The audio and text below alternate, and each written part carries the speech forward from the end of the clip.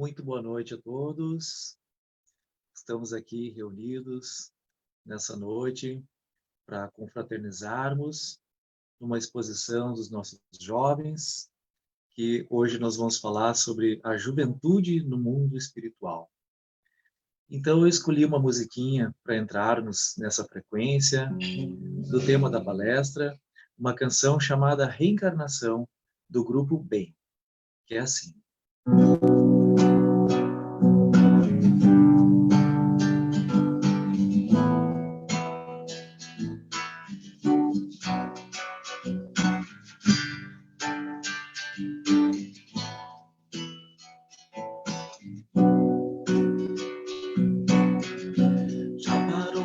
Refletir o que você faz aqui, de onde veio, para onde vai. E se estamos aqui, vamos todos nos unir para o mundo melhorar mais. Muitos mundos, muitas vidas, muitas voltas, muitas idas, é o caminho que se faz. E se nessa não deu certo, você pode estar certo, Deus te deu uma chance a mais. Reencarnação, questão de justiça. Se você errou aqui, volta para reconstruir tudo que ficou para trás.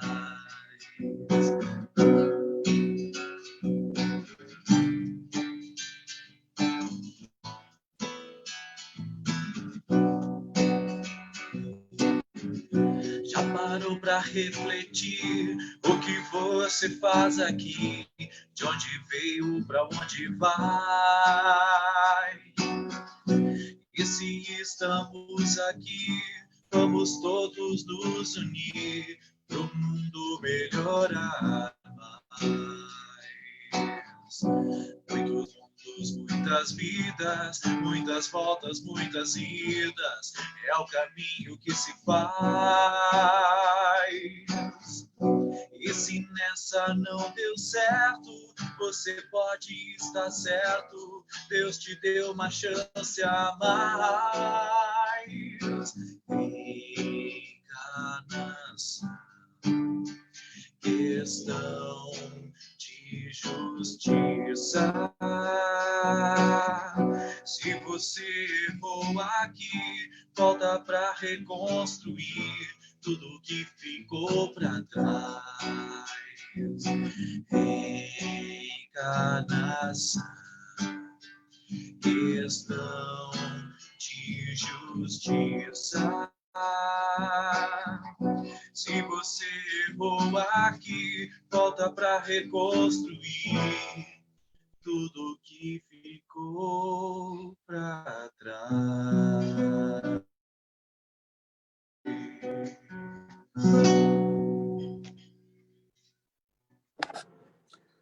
Boa noite. Boa noite a todos.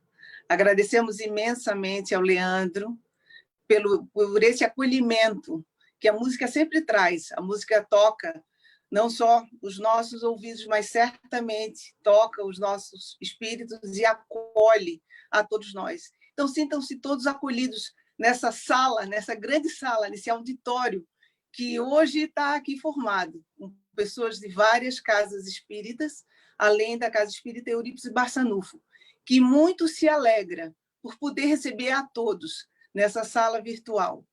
Hoje, especialmente, como já foi dito pelo Leandro, a nossa palestra de hoje será com jovens. Jovens, já se dizia há muito tempo, futuro da nação. Jovens também futuro do movimento espírita. Jovens que dão vida, que dão uma nova motivação a esse movimento centenário. Então, vejam, hoje, essa palestra de hoje é em virtude do mês do Jovem Espírita. O mês do Jovem Espírita é uma promoção da Sexta URI, em parceria com a a 11ª e a 13ª URI. E hoje, especialmente, nossos palestrantes são da primeira URI, são da Associação Espírita Fé e Caridade. Mas, antes de falar deles, eu preciso ainda trazer um comentário, umas palavras de Chico Xavier sobre a juventude.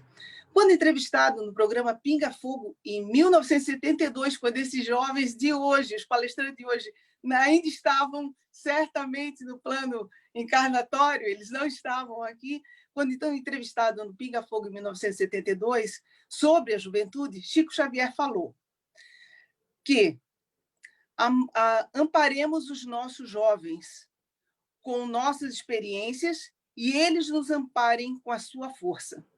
E nos amem, porque todos precisamos de amor. Que haja aquela fronteira que chamamos de respeito, para que cada um seja ele mesmo e para que possamos viver em paz uns com os outros. E hoje, esse é o grande movimento dessa noite e desse mês da Juventude Espírita. É o nosso respeito aos jovens, que nos dão essa força. Se nós os amparamos com a nossa experiência, mas eles trazem a força. Eles trazem o gás novo, o sopro de vida nova ao nosso movimento, a essa doutrina redentora que nós amamos e somos gratos por conhecer. Então, convido a todos para que nesse momento façamos a prece, para que depois eu passe a palavra e apresente o nome desses nossos jovens fabulosos que vêm com esse sopro, esse gás novo. Então, convido a todos que façamos a prece. Pai,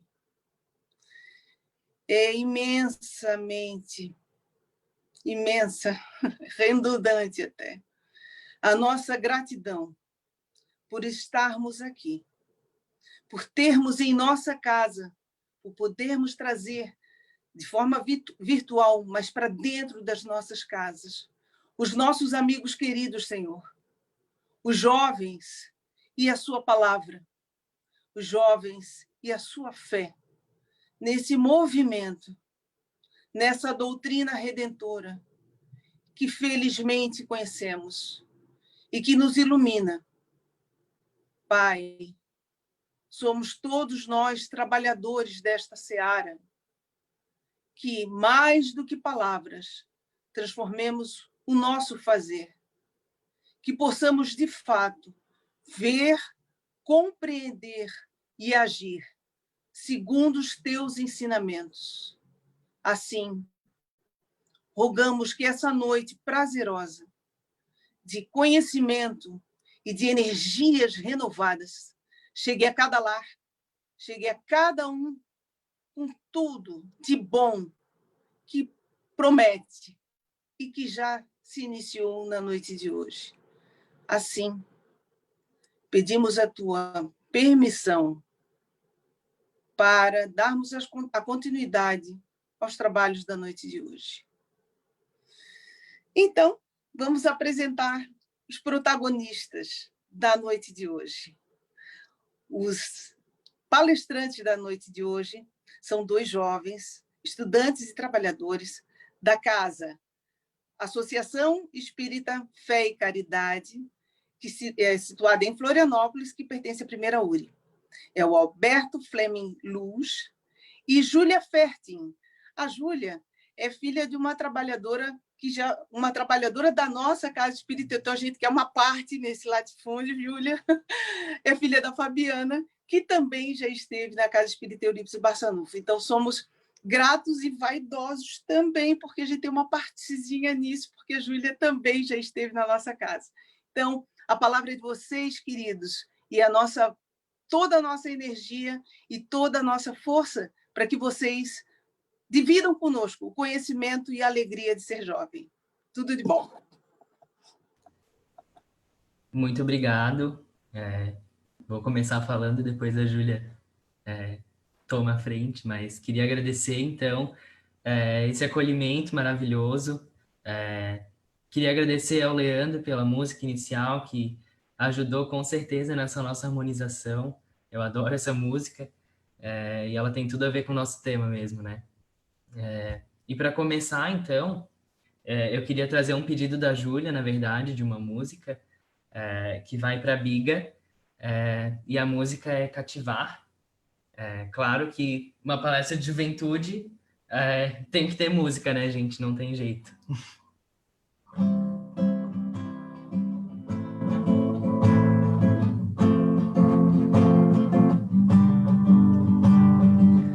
Uma palavra tão linda, já quase esquecida, me faz relembrar. Contendo 7 letrinhas e todas juntinhas se lê cativar. Cativar é amar, é também carregar um pouquinho da dor que alguém tem que levar. Cativou, disse alguém, laços fortes criou, responsável tu és pelo que cativou, cativou.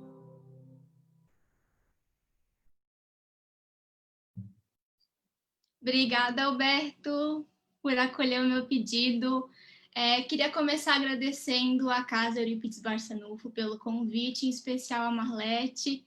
É muito bom ser acolhida por tantos rostos familiares.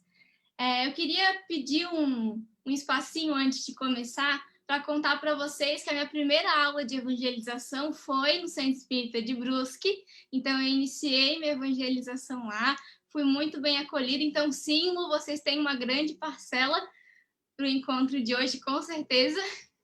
E também queria pedir para mandar um beijo especial para a Soraya de Blumenau e para a Biga, que também foram duas responsáveis por eu estar aqui hoje, por ter todo esse conhecimento. A Biga foi minha evangelizadora de anos durante toda a minha juventude, então queria mandar um beijo em especial para ela. A música foi dedicada para ela, vocês cativaram meu coração, então obrigada pelo convite.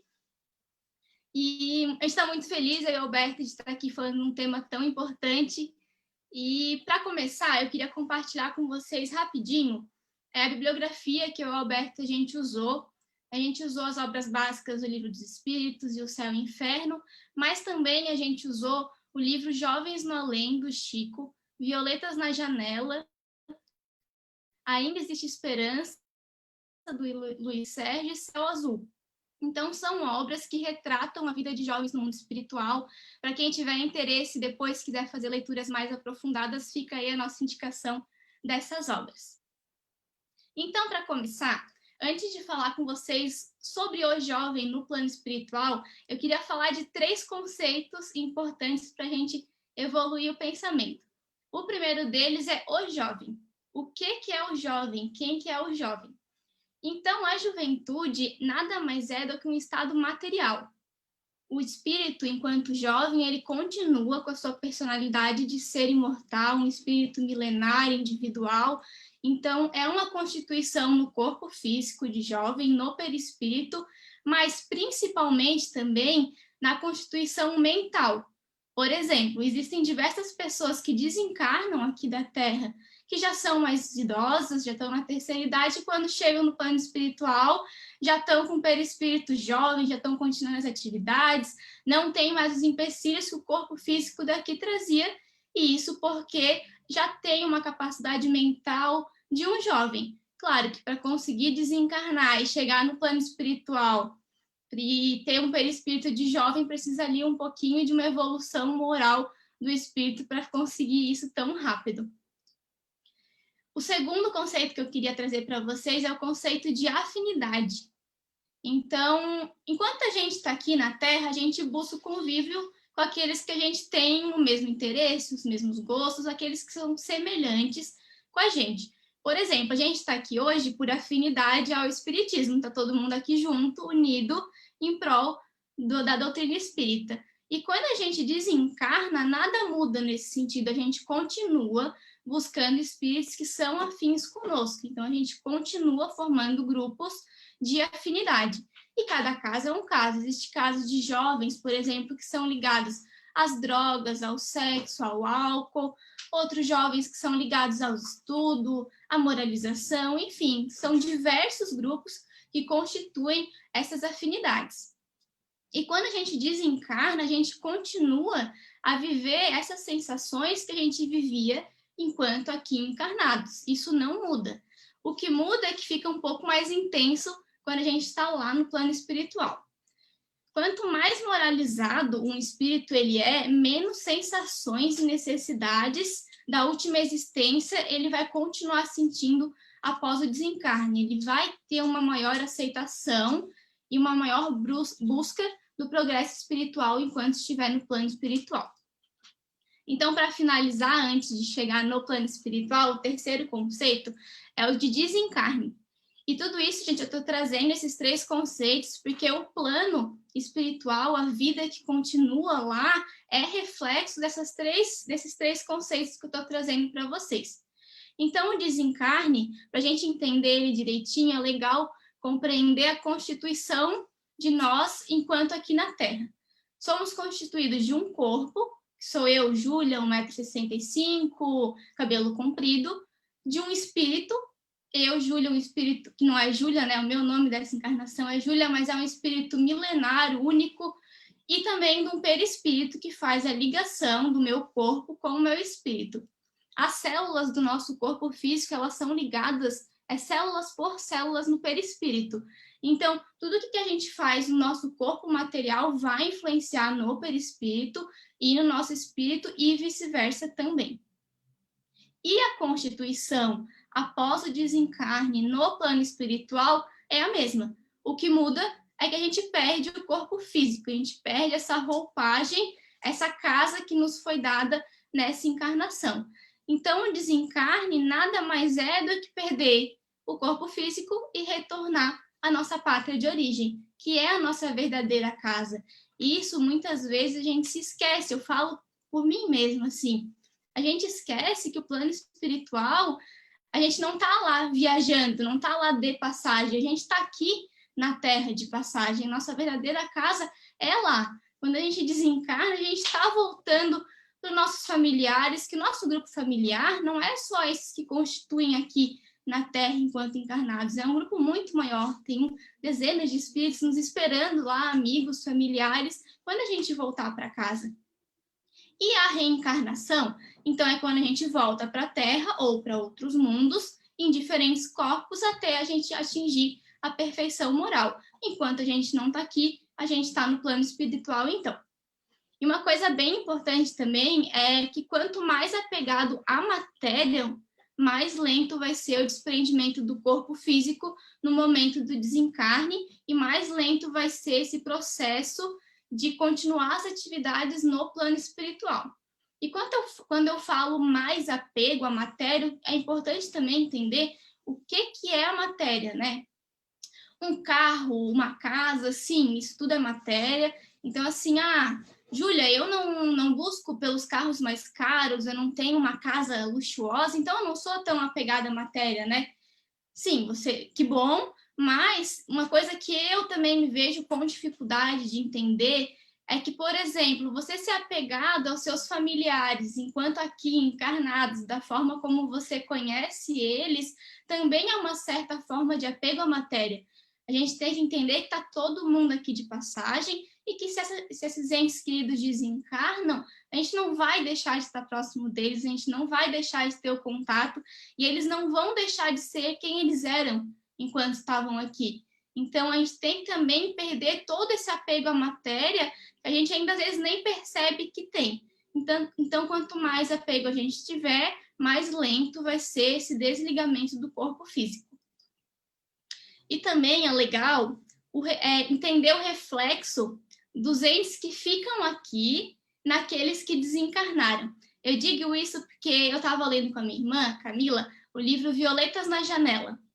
E nesse livro, a protagonista é a Patrícia, ela é uma jovem que desencarnou, ela tinha todo o conhecimento da doutrina espírita, a família dela também era espírita, e ela relata no livro, dentre várias coisas, o livro é muito legal, ela relata que ela, na janela da cozinha dela, da casa dela, tinha violetas na janela e ela adorava aquelas violetas, é daí que saiu o título. E quando ela tá lá no plano espiritual, junto com a avó dela, que foi quem acolheu ela ela vê no quarto da nova casa dela as violetas. E ela chega perto das violetas e ela sente, ela consegue, de certa forma, ouvir todo o pensamento que a mãe dela estava enviando para ela. Foi a mãe da Patrícia que plasmou essas violetas na janela, porque ela sabia que a Patrícia gostava, junto com o pensamento de amor, para ela se manter firme, para ela continuar, que eles estavam bem. Então, esse reflexo de quem continua encarnado aqui na Terra para quem desencarnou é muito importante. Tem um papel muito importante em respeitar esse processo de desligamento, mas também de auxiliar esses espíritos que eles têm que continuar essa jornada lá no plano espiritual. Então, todo o nosso pensamento, sentimento e oração chegam sim até eles, sempre vai chegar. Então, é muito legal saber que a gente tem essa ferramenta em nossas mãos. E é uma ferramenta de comunicação também, né? E outra coisa é que quando um jovem desencarna precocemente, ou até uma criança, existem equipes espirituais especiais que são preparadas para fazer esse acolhimento com quem teve esse desencarne precoce. E eles não vão para qualquer local no plano espiritual. Os jovens e as crianças, elas vão para regiões bem distantes e isoladas, para que tenha menos interferência nesse processo de desligamento. Então, é tudo muito preparado, muito acolhido, tudo com motivo. Eles não estão largados pelo plano espiritual sozinhos, tem equipes preparadas para isso. Então, isso também é bem interessante e acolhe um pouco quem fica aqui, que às vezes fica um pouco apreensiva onde está o meu ente querido, o que ele está fazendo, quem será que está com ele. Agora sim, a gente pode partir então para o plano espiritual, que é a proposta do tema. O plano espiritual, ele é o intervalo, eu já comentei um pouquinho, mas ele é o intervalo entre uma encarnação e outra. O espírito então retorna para o mundo de origem, que é o mundo espiritual, que a gente também chama de plano espiritual. E aí a gente se pergunta, tá bom, então só vai para o plano espiritual aqueles espíritos que são evoluídos? Ou vai todo mundo? Então, respondendo essa pergunta, todos os seres oriundos da Terra, eles formam inúmeros grupos no plano espiritual. E é aqui que entra o assunto de afinidade que eu estava comentando. A gente continua afim e ligados com aqueles espíritos. Quando a gente desencarna, a gente continua ligado com o mesmo grupo de espíritos que tem o mesmo gosto que a gente. Os mesmos afinidades enquanto a gente tinha encarnados. Então, no plano espiritual, a gente encontra os viciados, os honestos, os delinquentes, os heróis anônimos e todos os malfeitores de todas as ordens. Então, todo mundo vai para o plano espiritual, mas são formados grupos e ficam em regiões, em colônias diferentes. Eu trouxe aqui uma pergunta do Livro dos Espíritos, é a pergunta 234, que Kardec pergunta assim para os espíritos. Há, de fato, como já foi dito, mundos que servem de estações ou pontos de repouso aos espíritos errantes? Espíritos errantes somos nós, a gente está aqui na Terra porque somos, sim, espíritos errantes. E a resposta dos espíritos, ela é longa, vou ler só um pedacinho dela, que eles respondem o seguinte, então. São, entre os outros mundos, posições intermédias, graduadas de acordo com a natureza dos espíritos que a elas podem ter acesso e onde eles gozam de maior ou menor bem-estar. Então, aqui os espíritos estão esclarecendo que a gente já comentou, que são posições intermediárias e são graduadas de acordo com a natureza dos espíritos que ali estão, podendo gozar de maior ou menor bem-estar, dependendo da elevação moral e dos gostos e do que aqueles espíritos estão procurando. É também legal, às vezes a gente tem dificuldade de imaginar como que funciona de fato o plano espiritual, toda a organização. É muito organizado, tem departamento para tudo, em todas as colônias tem departamento, tem mapas, tem equipes especializadas nos mais diversos assuntos. Por exemplo, tem setores que visam o planejamento das novas reencarnações na Terra. A equipe que ajuda na escolha da família, a equipe que ajuda na configuração do seu novo corpo físico, o mapa das provas que a gente vai passar enquanto aqui encarnados. Então, é tudo muito organizado, tem pessoas específicas para cada uma dessas tarefas. Então, pessoal, o plano espiritual nada mais é do que uma outra realidade, que é diferente da realidade daqui, só que é uma realidade mais viva, mais atuante e muito mais feliz. A gente tem que perder um pouco esse tabu do medo da morte. Claro que a gente tem medo, a gente desconhece a morte. É por isso também que a gente está aqui hoje, para aumentar um pouquinho o conhecimento, o entendimento. Por exemplo, quando a gente faz uma viagem para o exterior, para um país que a gente não conhece, ninguém faz uma viagem sem se preparar, né? Ninguém compra passagem e viaja, não. A gente faz roteiro, a gente pesquisa, a gente aprende o idioma do país, a gente se prepara o máximo possível para que a experiência seja melhor. E o que a gente está fazendo aqui hoje é isso também. A gente está buscando conhecimento do desencarne, do plano espiritual, como as coisas funcionam, como elas se influenciam, para quando acontecer, porque vai acontecer com todo mundo, a gente pelo menos tá um pouco preparado e saber o que nos aguarda do lado de lá. E não é muito bom saber que o que nos aguarda é uma realidade muito mais feliz do que aqui, que a gente está de fato voltando para casa. Comparando também com viagem, quando a gente viaja e volta para casa, todo mundo não fala, e foi bom viajar, mas é muito melhor estar de volta em casa, né? Então a sensação deve ser exatamente essa, de voltar para casa. E a morte, ela não existe. Só a morte do corpo. A gente só perde esse corpo que a gente está vendo, mas o espírito, ele continua exatamente o mesmo, com os mesmos que a gente sempre foi, gostando ou não das mesmas coisas, e com uma diferençazinha. A gente se torna mais consciente das responsabilidades e deveres que nos cabem seguir depois que a gente desencarna. Eu também trouxe, o Alberto compartilhou comigo enquanto a gente preparava a palestra, é uma passagem do livro do Luiz Sérgio, que ele está conversando com os jovens, e ele diz o seguinte, eu vou pedir permissão para ler da forma que está escrito, porque é muito bonito. Quando retornamos ao mundo espiritual após a nossa desencarnação, somos atendidos e readaptados conforme nossa condição de entendimento. As crianças e jovens recém-desencarnadas são atendidas por espíritos preparados para essa tarefa. Espíritos que tenham habilidade suficiente para auxiliar na transição e readaptação da nova realidade. Ninguém passa por traumas e imposições. A volta para casa não é um processo mágico em que você deixa o corpo físico e readquire plena consciência sobre tudo. Não existem atalhos, existem caminhos pelos quais todos devemos transitar. Então, o Luiz Sérgio aqui reafirmou o que a gente está conversando, de que não é mágico, cada um tem um tempo diferente do outro, tem espíritos que levam anos e anos para fazer esse desligamento, continuar as atividades, outros fazem de uma forma mais rápida, cada um por seus motivos, mas todo mundo passa por esse mesmo processo, não muda, ninguém escapa. A gente vai passar, a gente já passou e vai voltar a passar repetidas vezes por isso. Então, para finalizar a minha parte, passar a palavra para o Alberto, que vai compartilhar alguns casos práticos de jovens no mundo espiritual, eu só queria falar para vocês, compartilhar a questão da comunicação com esses entes queridos, sendo jovens ou não, que já desencarnaram e a gente que continua aqui. Os espíritos, eles nos ensinam que não é fácil essa comunicação com os entes queridos após a morte, por diversos fatores, é uma lista gigante, não tem nem como enumerar e nem citar, e que os espíritos desencarnados, eles passam por um período de recuperação que pode ser maior ou menos longo, que a gente deve, não é precisamos, devemos respeitar, e mais do que isso, abreviar esse período com as nossas preces e pensamentos construtivos, evitando levar ao desespero e o sofrimento, porque a gente continua ligado com eles, é como se fosse um cordão umbilical.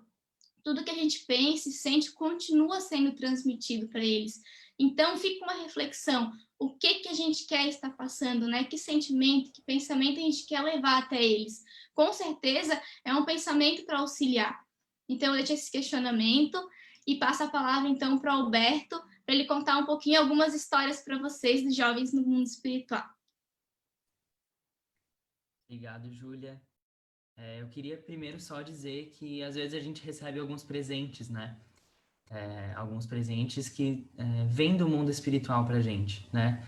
E alguns desses presentes são os livros, né? Os livros que nos trazem tanto conhecimento, que nos trazem informações que ajudam a gente a entender o que a gente passa, o que a gente sente. E alguns desses livros, que para mim são como pérolas, relatam um pouco dessa história de jovens, né? E como a Júlia disse, então eu vou trazer um pouco desses exemplos práticos que nos são contados pelos jovens, que são relatados por esses jovens, né? Então, o livro que a gente escolheu trazer foi o livro Céu Azul, que é uma psicografia de Célia Xavier Camargo, pelo espírito de César Augusto. E o César Augusto, ele era um jovem de 19 anos, um jovem atlético, que em certo momento desencarnou por conta de uma doença que atingiu ele de repente. E assim, ele retoma essa pátria espiritual, como a Júlia nos trouxe, e após um tempo passado dele se readaptando, dele trabalhando, ele recebe então essa missão de vir contar um pouco para a gente de como foi essa passagem, de como foi essa transição. E com esse relato ele traz uma linguagem muito jovem, né, trazendo ainda essa energia jovem de quando ele desencarnou, desse jovem de 19 anos. E ele traz, então, um pouco dessa compreensão que ele teve do funcionamento da vida espiritual. Como eles vivem, o que eles fazem e todas essas questões que a gente, às vezes, se questiona, né? E como a Júlia traz, o César também traz exatamente isso, que a gente passa para uma outra realidade, né? Esse processo, ele vai acontecendo e a gente acorda mais consciente, acorda mais feliz e realmente livre dessas dores do corpo. E logo no preâmbulo do livro, na introdução, ele traz já o objetivo que ele tem com esse livro. E, se me permitem também, eu vou fazer uma leitura rápida, porque as palavras dele são realmente o que ele quer trazer, né? E ele fala que ele quer mostrar que a morte não existe, que continuamos sendo os mesmos que sempre fomos, gostando ou não das mesmas coisas e das mesmas pessoas, estudando, passeando e nos divertindo, com uma diferença, agora mais conscientes das responsabilidades que nos competem realizar, trabalhando pelo próprio aprimoramento e pela melhoria da sociedade em que vivemos. Então, ele traz realmente esse despertar da consciência que a Júlia nos traz, né? E a Júlia fala justamente sobre esse despertar. E com isso, então, ele traz para a gente que a gente muda o nosso jeito de ver as coisas. Aqui no mundo material, a gente ainda tem essa visão mais egoísta, de cuidar de mim, de não olhar para o outro. E quando a gente passa e essa nossa consciência se expande, a gente começa a entender que a gente tem que trabalhar para o outro, a gente tem que trabalhar para nós mesmos também, mas assim a gente vai evoluindo e vai aprendendo, e no plano espiritual isso não é diferente. Então, logo nos primeiros relatos dele, ele nos diz que a energia do jovem, ela não se perde quando ele desencarna. A energia de um espírito jovem segue acompanhando esse espírito. Então, não importa a idade material, né? Mas se o espírito é jovem, se ele tem essa energia de mudança, essa energia de amor do jovem, essa energia vai acompanhar ele para o mundo espiritual. Então, isso não se perde, né? E como a Júlia traz, também a gente continua se afinizando e ele nos conta como é que foi essas afinidades dele. O César conta que ele foi acolhido nessa adaptação dele para o mundo espiritual, nos primeiros momentos do desencarne, foi acolhido por amigos, pela família e por todas essas pessoas que queriam o bem dele. Então, ele realmente foi acolhido a essa pátria e ficou com as pessoas afins dele, né, que estavam lá para o bem dele, para a evolução dele. Então, nesse processo de adaptação, ele nos conta que após toda aquele processo de passar pelo hospital, né, de adormecer, que a gente já conhece de vários outros relatos, ele foi acolhido, então, numa casa que abrigava vários jovens também, em situação parecida com a dele. Vários jovens que também desencarnaram cedo, por conta de doenças, por conta de problemas físicos que atingiram. E esses jovens, então, se afinizaram e ficaram juntos nessa casa, nesse abrigo. E com isso, então, ele começa a trabalhar, ele começa a nos contar como esses jovens se reuniam, como esses jovens trabalhavam em prol da evolução, tanto do plano espiritual quanto aqui do nosso mundo material. Ele conta um pouco sobre o processo de desencarne dele, como aconteceu a doença dele, como a família dele reagiu a isso, a família dele sempre muito amorosa, sempre desejando bem e realmente entendendo que esse processo acontece, o processo de desencarne é algo natural. Então, realmente, ele nos traz que ele venceu uma etapa, palavras dele de novo, uma etapa dolorosa, mas que ele traz que foi produtiva, que os meses que ele ficou lá internado no leito valeram por uma vida. Então, com isso, esse processo de desencarne dele, ele conta que ele entra, então, num sono profundo, que assim que desencarna, ele entra nesse estado de hibernação, digamos assim, que faz com que ele consiga se adaptar melhor, que faz com que ele se adapte melhor a essa nova vida, a esse renascer, né? Então, ele vai para uma colônia chamada Céu Azul, que na verdade é um posto de socorro, que é próximo à crosta terrestre. E como todo livro que conta um pouquinho dessa passagem para o mundo espiritual, ele descreve como que é essa cidade, como que é esse posto de socorro. E todas as descrições dele sempre são descrevendo algo bonito, um lugar organizado, como a Júlia falou, com arquitetura simples, mas muito verde, com pessoas bonitas, pessoas serenas, tranquilas, realmente esse lugar de descanso, né? Após uma vida difícil, após um desencarne por uma doença, ele tem esse descanso, né? Ele conta um pouco sobre a vida deles lá e conta sobre como a espiritualidade trabalha em prol desses desencarnados, né? Em prol do estado psíquico daquela atmosfera, daquela cidade em específico. Eles contam, por exemplo, como sirenes tocam quando eles sentem que vem uma onda de energias negativas, para que todos se coloquem em prece e se juntem como uma comunidade para realmente se livrar dessas energias negativas. Então é esse o contexto que esse jovem nos traz, né? Esse contexto de tranquilidade, esse contexto de amor que ele é recebido. E assim como para César, todo jovem que desencarna também é recebido com esse amor. Como a Júlia disse, existem essas equipes preparadas para situações como essa. Existem os amigos, os familiares e todos aqueles que acompanham a nossa reencarnação estão lá conosco. Eles não nos abandonam nunca, né? E realmente essa lei da afinidade que continua, essa lei da afinidade continua sendo mantida, né? Então, com isso tudo, a gente chega na questão dos relatos que nos contam sobre esses reencontros, sobre os familiares, sobre todo esse processo que acaba sendo tranquilo nesse ponto de vista, né? No ponto de vista daquele que vai, é um sossego, né? É uma paz que ele encontra nessa pátria espiritual.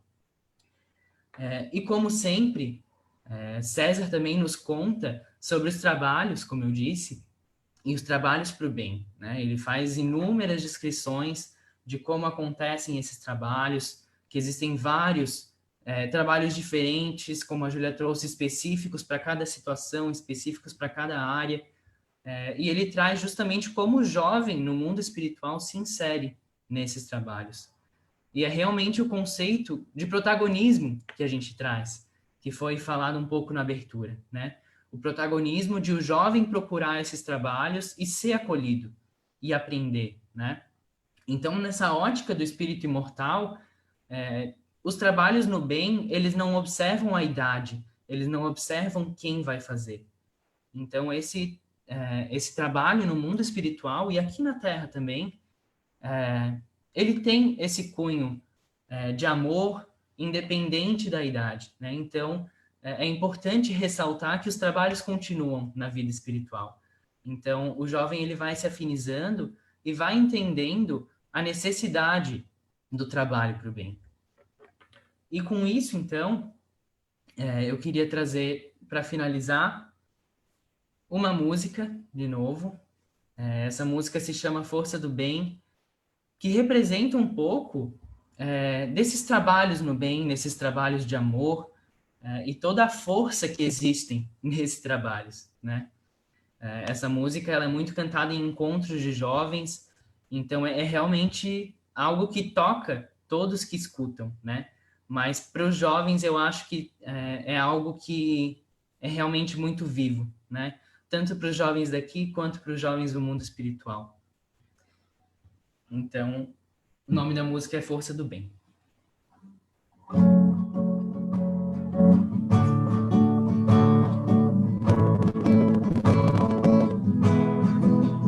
Me perguntam de onde vem esse olhar firme e seguro, quando tudo é desafio, quando tudo é tão escuro, as respostas que eu tenho se encontram nesse mundo. A certeza que eu sinto é o meu porto seguro. Eu me cerco, eu vigio, eu me importo, eu procuro, persevero, acredito, eu transformo esse mundo. É na força do bem que eu me apego e caminho no poder que mantém meu coração protegido, e não há nada,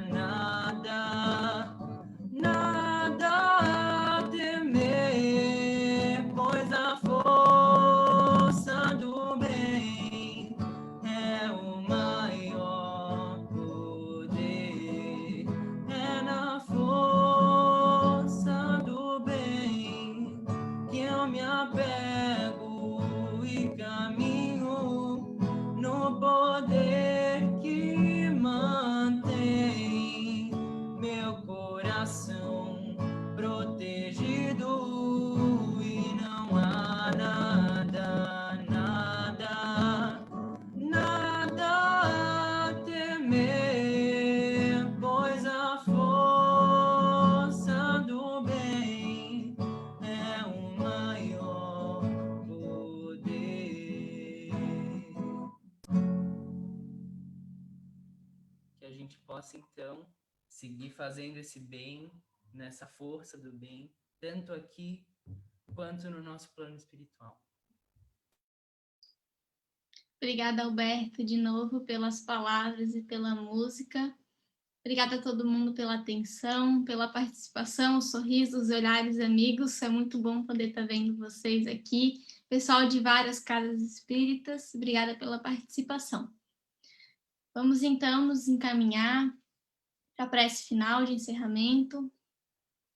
Que possamos permanecer com os corações e pensamentos elevados em Jesus, nosso guia, nosso mestre, agradecendo a espiritualidade amiga presente, sempre nos auxiliando e nos guiando.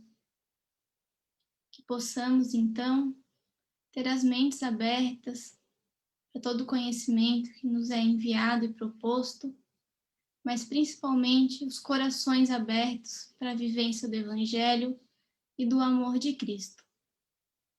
Que todos aqueles que estão com os corações ligados ao nosso neste momento, encarnados ou desencarnados, possam sentir e receber todo o amor que está emanando deste momento. Que assim seja.